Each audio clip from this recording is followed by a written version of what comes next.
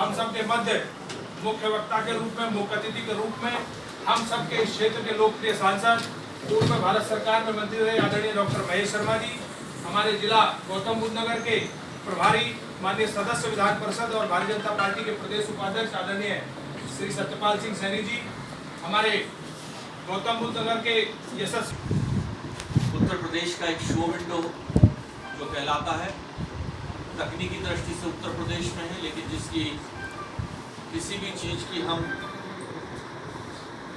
तुलना हम राष्ट्रीय राजधानी दिल्ली से करते हैं। आज वह क्षेत्र देश में नहीं, प्रदेश में नहीं, बल्कि विश्व पटल पर अपनी नई पहचान बना चुका है और इस दिशा में अग्रसर है। हमारे दोनों यशस्वी नेता माननीय प्रधानमंत्री नरेंद्र मोदी जी, विश्व के सबसे लोकप्रिय, सबसे शक्तिशाली नेता के रूप में जिन्होंने अपनी पहचान बनाई है। एक ऐसे मुख्यमंत्री योगी आदित्यनाथ जी जिन्होंने प्रदेश को एक बीमारू राज्य से एक उत्तम उत्तर प्रदेश की ओर अग्रसर करने का संकल्प लिया है, उसमें सफलता भी प्राप्त की है और हम सब भी गौरवान्वित हैं कि हम उस क्षेत्र के वासी भी हैं और जनप्रतिनिधि भी। साथियों, ये सरकार कल्पना करें कि 2014 में भारत में एक नकारात्मक भाव, एक अंधियारा सा छाया हुआ था। देश के किसान में, देश के युवाओं में, देश की आम जनता में राजनीतिक व्यवस्थाओं पर विश्वास उठ सा चुका था। भविष्य अंधकार में नजर आता था। राजनीति का मतलब भ्रष्टाचार, राजनीति का मतलब सिर्फ भाषणबाजी, राजनीति का मतलब अकर्मण्यता और राजनीति का मतलब आम जनता का राजनीति और राजनेताओं पर से विश्वास उठना। देश की जनता ने करवट ली और एक ऐसे प्रधानमंत्री नरेंद्र मोदी जी के नेतृत्व में हमारी सरकार बनी। मेरा भी सौभाग्य रहा उस पहली सरकार में मुझे भी 4 मंत्रालयों में स्वतंत्र प्रधानमंत्री के साथ रहने का मौका मिला और आज जो विकास की नई गाथा हम देख रहे हैं अपने देश और प्रदेश में, वास्तव में अकल्पनीय थी।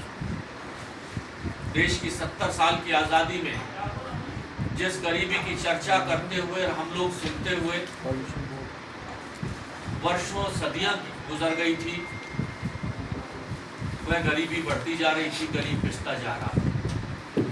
आज देश में अगर हम बात करें तो गरीब की चर्चा होती थी, लेकिन गरीब की जो समस्याएं थी उन पर कार्य नहीं होता।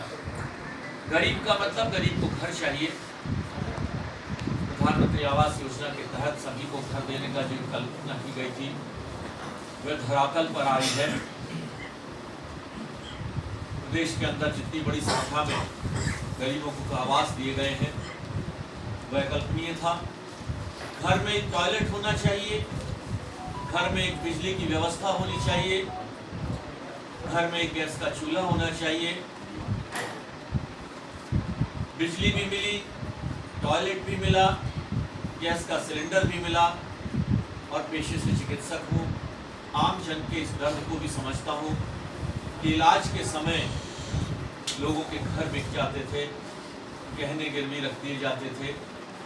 5 लाख रुपए तक का बीमा भी आज उनका हर व्यक्ति का कराया गया। आम जन, चाहे वो गरीब पेंशन हो, विधवा पेंशन हो, उनमें बढ़ोतरी की गई। कल परसों ही 500 रुपये से बढ़ाकर दिव्यांगजन पेंशन 1000 रुपये की गई है। आम जन के लिए एक साहूकार से ब्याज लेता था एक छोटा व्यापारी, 5 रुपये 10 रुपये सैकड़े पर ब्याज लेता था। आज मुद्रा योजना, स्टार्टअप योजना, स्टैंड अप योजना के माध्यम से आज एक आम व्यक्ति को ये सुविधा दी गई है। एक आम व्यक्ति का बीमा किया गया है। 2 लाख रुपए तक का एक बीमा मात्र 1 रुपये महीने पर, यानी 12 रुपये साल पर बीमा, 300 रुपये साल यानी 1 रुपये रोज के साथ 2 लाख रुपए तक का अन्य जीवन बीमा योजना, एक्सीडेंट योजना, किसान को फसल बीमा योजना के माध्यम से जहां उसकी 50% अगर फसल नुकसान होती थी तो फसल बीमा योजना लागू होती थी, उसको घटाकर 33% किया गया। किसानों की सम्मान निधि का 6,000 रुपये प्रति साल सम्मान निधि जो दी गई, जिसमें आज से 3 दिन पहले ही 21,000 करोड़ रुपए की किसान सम्मान निधि उनके खातों में सीधे गई है। पत्रकार छायाकार बंधुओं, आप भी जानते हैं कि अगर ये 6,000 रुपये किसान के खाते में आज से पहले जाने थे पिछली सरकारों के माध्यम से, तो न जाने कितने प्रतिशत बिचौलिए अधिकारी बेईमान खा जाते थे। लेकिन आज एक एक पैसा डीबीटी के माध्यम से सीधे किसान के खाते में पहुंच। कल्पना कीजिए, जब 29 करोड़ जनधन खाते इस देश में खुले, एक पैसे भी जमा कराए बगैर, जब देश के प्रधानमंत्री लाल किले की प्राचीर से टॉयलेट की बात करता था तो कई बार कुछ लोग हंसते भी थे। आज वही जनधन खाता, वही टॉयलेट व्यवस्था विश्व पटल पर हमारी पहचान बनी है। एक आम आदमी बैंक का दरवाजा नहीं देखता था। अगर बैंक खोलने के लिए अपने मालिक, अपने जिसके पीछे काम करते हैं या किसी से काम प्रधान से अगर वो कहता था कि मेरे बैंक का साइन सर्टिफाई कर दो, तो सर्टिफाई करने से भी डरता था कि कहीं भाग ना जाए पैसे। आज वह विश्वास आम जनता में जगा है कि आपको अपना सर्टिफिकेट अटेस्ट करवाने के लिए विधायक सांसद के दरवाजे नहीं जाना पड़ेगा, बल्कि आपको स्वयं अपने सर्टिफिकेट को अटेस्ट कर सकते हैं। 1200 के करीबन ऐसे नियम कानूनों को खत्म किया गया जो रिडंडेंट थे। आम जनता का सम्मान, अपनी नजरों में बराबरी के हक पर खड़ा होने का हक उन्हें दिया है। और इसी संकट काल में लगभग 2 वर्ष इस कोरोना जैसी महामारी ने भी जहां देश नहीं विश्व की व्यवस्थाओं को हिला दिया था, आज उस वक्त भी हमारी सरकारों ने, और यहाँ तक कि हमारी पार्टी के दोनों अध्यक्ष हमारे यहाँ बैठे हैं, भाई मनोज गुप्ता जी, करीबन 1 लाख लोगों को रोजाना भोजन कराना, दोनों टाइम भोजन कराना बहुत बड़ी बात थी। साथियों, ये हमारी सरकार का काम करने का तरीका था। गरीब को गरीबी में मदद हो, 85 करोड़ देश में और 15 करोड़ देशवासियों को लगातार 2 साल तक भोजन उपलब्ध कराना, अन्न उपलब्ध कराना, ये किसी कल्पना से बाहर की चीज थी। आज आपका गौतम बुद्ध नगर, आपका नोएडा नए इतिहास लिख रहा है। यहाँ बनने वाला विश्व का 6ठा और एशिया का सबसे बड़ा हवाई अड्डा, जहाँ दिल्ली के हवाई अड्डे से 2.5 गुना और मुंबई के हवाई अड्डे से 3.25 गुना बड़ा है, जहाँ हवाई यात्रियों के लिए सुविधा, कार्गो माल ढोने के लिए सुविधा और जहाँ हवाई जहाज की मरम्मत के लिए सुविधा, तीनों सुविधाएं एक छत के नीचे उपलब्ध होगी। ऐसा हवाई अड्डा देश में बहुत ज़्यादा नहीं। प्रदेश में 2 हवाई अड्डे हुआ करते थे, लखनऊ और वाराणसी। आज 7 हवाई अड्डे हैं, जिसमें से 5 हवाई अड्डे अंतर्राष्ट्रीय स्तर पर। आज पर्यटन की दृष्टि से अगर हम देखें तो दिल्ली आपका जेवर हवाई अड्डा देहरादून से चलकर, आगरा से चलकर, लखनऊ से चलकर, मथुरा से चलकर, मेरठ से चलकर, दिल्ली से चलकर, एक भी लाल बत्ती के बिना इस हवाई अड्डे पर हम पहुंच पाएंगे। जहां विकास की नई इबारत लिखी जाएगी। मुझे अभी मैंने आंकड़े लिए हैं कि परी चौक से लेकर जेवर टोल तक लगभग 28 विदेशी कंपनियों ने बड़ी जगह ली है, जहां से रोजगार उत्पन्न होगा। अकेले हवाई अड्डे से 1 लाख लोगों को रोजगार उपलब्ध होगा। आज भारत, जिसकी पहचान भारत की संस्कृति, भारत का अध्यात्म बड़ा है, जहां गंगा यमुना नदी का सौभाग्य हमारी भारत की माटी को उपलब्ध है। आज 2 जून कल गुजर गया, आज 3 जून है। कल ही हमने विश्व गंगा दिवस मनाया है। माँ गंगा जो जीवन दायिनी का रूप बनी है और गंगा और जमुना का दुआबे का सौभाग्य होने का प्राप्त भी हमारी इस गौतम बुद्ध नगर की माटी, जहाँ उद्योग के साथ साथ आध्यात्म और भारत की संस्कृति की पहचान भी नए पटल पर है। भगवान राम मंदिर की कल्पना जहाँ लोगों ने नहीं की थी, बाबा विश्वनाथ का नया स्वरूप, इस बार हुआ कुंभ का आयोजन विश्व के लोगों के लिए एक चमत्कार के रूप में था। पर्यटन की दृष्टि से Ram circuit, Krishna circuit, Buddha circuit के माध्यम से जहां पर्यटन को नई विकास की सोच के साथ कि जब भगवान बुद्ध की का कोई अनुयायी इस भारत की माटी पर, जहां बुद्ध के 4 प्रेरणा स्थलों में से 3 हमारे पास हैं और एक चौथा लुम्बिनी नेपाल में है, जहाँ भगवान बुद्ध ने जन्म लिया, जहाँ भगवान बुद्ध ने अवसान किया, जहाँ भगवान बुद्ध ने ज्ञान प्राप्ति की और जहाँ से भगवान बुद्ध ने सारनाथ से जहाँ संदेश दिया, वो चारों जगह हमारे भारत में। उस सर्किट पर जब कोई व्यक्ति उतरेगा तो वहाँ से लेकर और उसकी विदाई तक वापस उसके देश तक ये व्यवस्था इन सर्किट के माध्यम से की गई है। जाल बन गया है, चाहे पूर्वांचल एक्सप्रेस वे हो, गंगा एक्सप्रेस वे हो, बुंदेलखंड एक्सप्रेस वे हो, गौतम बुद्ध नगर से लेकर आगरा और लखनऊ तक का एक्सप्रेस वे हो, दिल्ली मुंबई कॉरिडोर के माध्यम से DMIC कॉरिडोर हो, ये सभी इन्हीं सारे जो हमारे कॉरिडोर्स हैं, सारे जो हमारे हाईवेज हैं, इनका केंद्र बिंदु हमारा गौतम बुद्ध नगर बना है। बुड़ाकी रेलवे स्टेशन जहाँ एक स्थल बनेगा, कल्पना नहीं की थी कि जेवर तक हमारी मेट्रो रेल चलेगी। आज वह दिन भी हमें देखने को मिल रहा है। 300 करोड़ से ज़्यादा से लगा अपने क्षेत्र की झांकी और देश की सांस्कृतिक व्यवस्थाओं को लेकर दीनदयाल उपाध्याय कल्चरल सेंटर और अब वह एक हेरिटेज यूनिवर्सिटी के रूप में परिवर्तित हो रहा है। पिछले लगभग 2 महीने से हेरिटेज यूनिवर्सिटी का दर्जा दिया गया है उसको। बहुत खूबसूरत बिल्डिंग आपने भी देखी है। क्षेत्र में सबसे बड़ा जो औद्योगिक निवेश जिसकी आज हम लोग प्रधानमंत्री जी लखनऊ में, मुख्यमंत्री जी लखनऊ में जिसका शिलान्यास कर रहे हैं, 80,000 करोड़ रुपए की योजनाओं में से 26,456 करोड़ रुपए यानी लगभग 32% योगदान आपके इस गौतम बुद्ध नगर, मेरी कर्म भूमि की माटी, इस गौतम बुद्ध नगर जहाँ अपने जीवन के 39 वर्ष मैंने गुजारे हैं।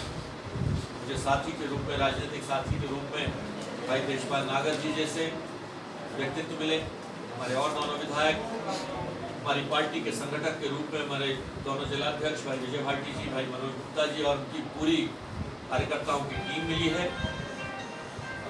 आज शक्ति, महिला सशक्तिकरण के नाम पर कल जो आज एक अखबार पत्रकारों ने जो दृश्य छापा है, किस तरह एक एड्स पीड़ित महिला और उसके बच्चे के लिए जिलाधिकारी ने जिसका समर्थन किया है, जिसका सहयोग किया है, महिला शक्ति के लिए शक्ति योजना की शुरुआत, महिलाओं की जो बच्चियां स्कूल में शिक्षा प्राप्त नहीं करती थी, मंचलों से और बदमाशों से डरती थी, आज जो गुंडे बदमाश क्षेत्र छोड़कर, उत्तर प्रदेश छोड़कर भाग रहे हैं या उन्हें दूसरी सजाएं मिल रही हैं, इससे विश्वास जगा है देश नहीं विश्व की कंपनियों का।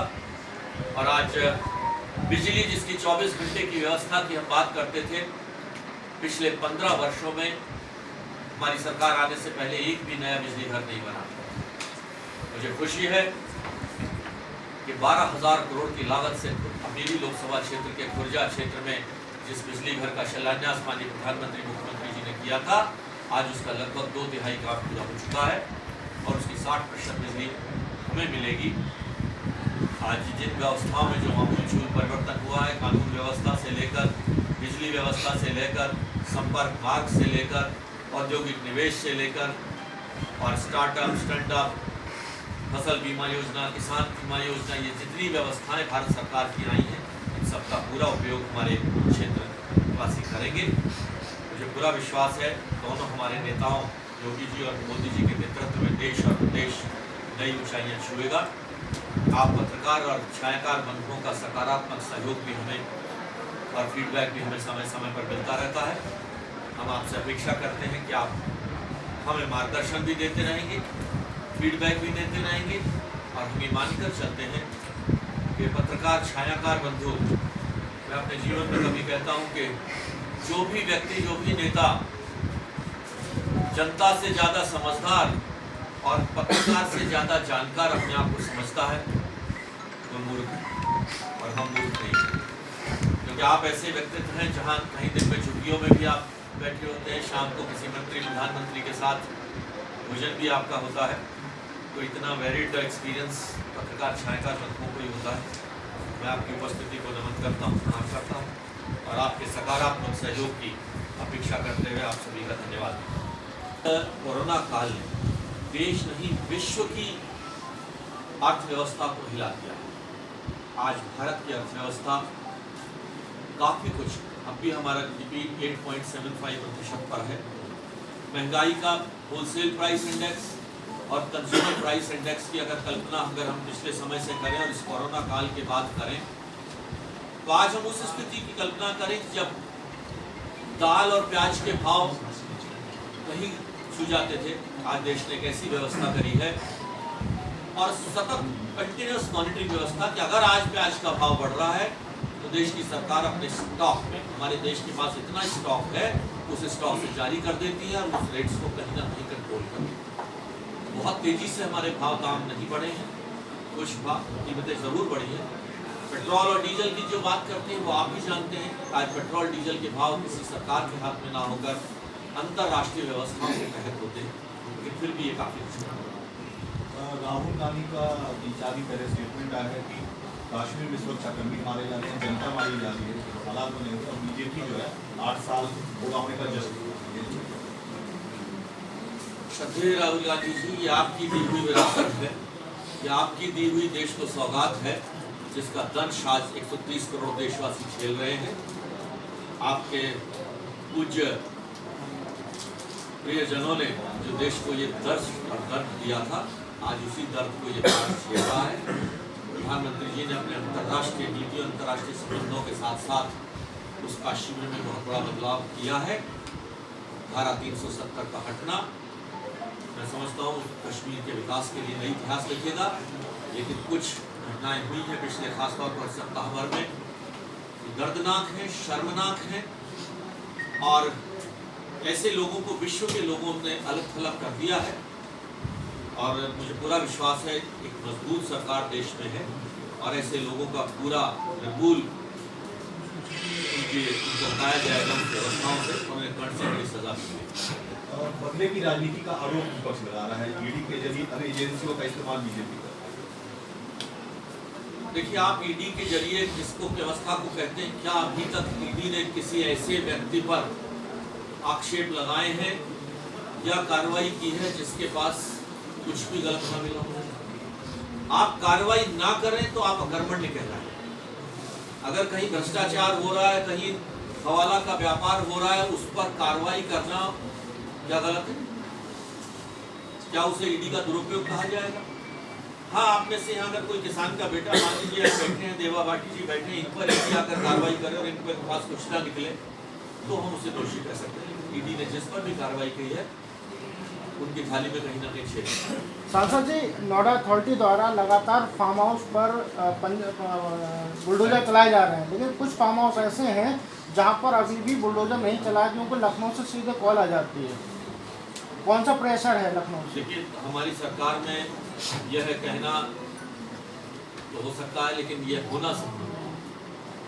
हमारी सरकार में ये फर्क नहीं होता, चाहे वो प्रधानमंत्री जी हो चाहे मुख्यमंत्री जी हो। अगर गैस का सिलेंडर मिलेगा तो बिना जाति धर्म व्यवस्था के मिलेगा। नौकरी मिलेगी तो वहाँ ये नहीं देखा जाएगा कौन जाटव है, कौन यादव है, कौन मुस्लिम है, कौन ब्राह्मण। हमारी सरकार में भेदभाव और बदले की व्यवस्थाओं का कोई भी स्थान नहीं है।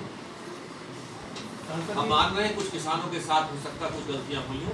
आज हमारे विधायक जी और हम भी प्रयास करेंगे कि जिलाधिकारी से हम उन किसानों के साथ मिल रहे हैं ताकि किसी की पुरानी आबादी को अगर छेड़ा जा रहा है और उसका मुआवजा नहीं दिया गया है, हाँ अगर किसी को मुआवजा दे दिया गया है उस जमीन पर अगर किसी का कब्जा है तो उसे आप उठाएं, लेकिन अगर किसी का मुआवजा किसी किसान ने नहीं दिया है, उसको जहाँ नहीं उठाया है और उसे भूमाफियाओं की श्रेणी में रखा जाता है, तो अब मैं एक और दिक्कत आ रही है कि अगर कोई भूमाफिया थे वो किस वक्त अपनी जमीनों को बेच गए, तब सरकारें हमारी नहीं।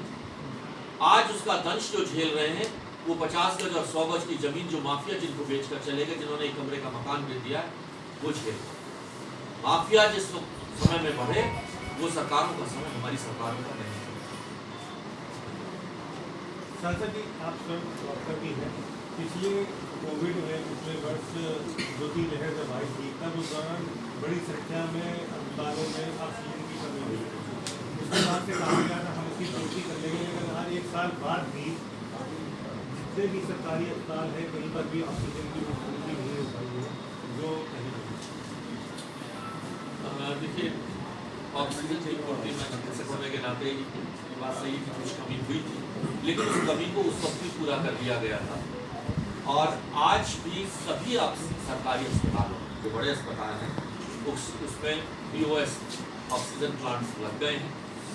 ऑक्सीजन के लिक्विड ऑक्सीजन टैंक जिनकी स्टोरेज क्षमता उस वक्त नहीं थी वो लग चुके हैं बड़े अस्पतालों में, और पहले से हम बेहतर स्थिति में हैं। ईश्वर करे को दोबारा उस ऑक्सीजन की कमी का दृश्य देखने को, तो मैंने स्वयं अपनी आंखों से उस दृश्य को देखा, सहा भी, वो दर्दनाक घटना दोबारा ना हो। लेकिन सरकार अब ऑक्सीजन की स्थिति में, हमारा प्रदेश पूरी तरह से, ये बात आप सही कह रहे हैं आप, कि अपने इस क्षेत्र में ऑक्सीजन का मैन्युफैक्चरिंग प्लांट लगभग नहीं, लेकिन आज हम उससे मजबूत स्थिति में हैं, सुदृढ़। ठीक है।